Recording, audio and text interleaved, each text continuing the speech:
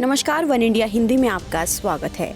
3 कृषि कानूनों के खिलाफ किसानों का आंदोलन लगातार जारी है। इस बीच कृषि मंत्री नरेंद्र सिंह तोमर ने कहा है कि सरकार प्रदर्शन कर रहे किसानों को फिर से बातचीत के लिए बुलाएगी। द इंडियन एक्सप्रेस को दिए गए इंटरव्यू में तोमर ने कहा कि जनता ने 303 सीटों के साथ जनादेश सिर्फ सत्ता के लिए नहीं बल्कि सुधार लाने के लिए दिया है। कृषि मंत्री ने नोटबंदी और जीएसटी को सुधार बताते हुए कहा कि भारत को बदलने की कोशिश की जा रही है और इसलिए जनता ने 2019 में पार्टी को भारी जनादेश दिया। उन्होंने कहा कि नरेंद्र मोदी जी ने पहले कार्यकाल में बहुत सारे सुधार किए।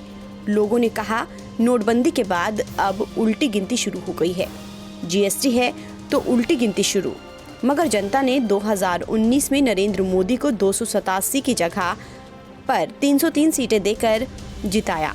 इसके मायने है कि नरेंद्र मोदी जी से देश ये चाहता है कि जो सुधार आज तक नहीं आ पाया उसके लिए नरेंद्र मोदी जी काम करें। किसानों के विरोध को शांत करने के लिए अगले कदम के बारे में सवाल पूछने पर तोमर ने कहा कि कुछ किसानों से अनौपचारिक चर्चा हुई है।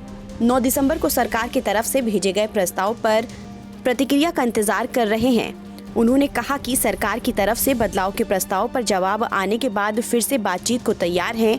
कृषि मंत्री ने साफ कर दिया है कि सरकार कृषि कानूनों को वापस लेने को तैयार नहीं है। उन्होंने जल्द समस्या का समाधान निकालने की बात कही। तोमर ने कहा कि जिन प्रोविजन को किसान समझते हैं उनके लिए ठीक नहीं है, उनकी समीक्षा करने के लिए हम तैयार हैं, लेकिन वो क्लोज के आधार पर बात करने के लिए तैयार नहीं हैं।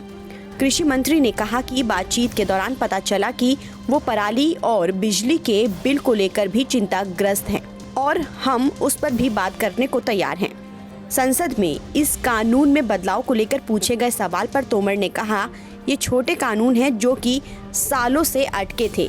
ये सुधार यूपीए सरकार भी करना चाहती थी। आपको बता दें कि कृषि कानूनों के विरोध में किसानों के आंदोलन का आज 21वां दिन है। आंदोलन की शुरुआत में हर राज्य से किसान और संगठन समर्थन देने पहुंच रहे थे। पिछले एक हफ्ते में सरकार ने माहौल को बदलने पर जोर दिया है। फील्ड में केंद्रीय मंत्रियों से लेकर सांसदों, विधायकों को उतारा है।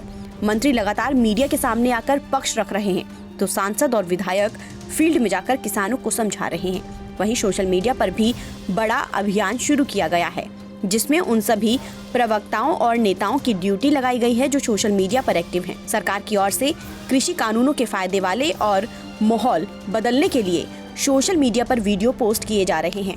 फिलहाल इस खबर में इतना ही। देश और दुनिया की तमाम खबरों के लिए आप बने रहिए वन इंडिया हिंदी के साथ।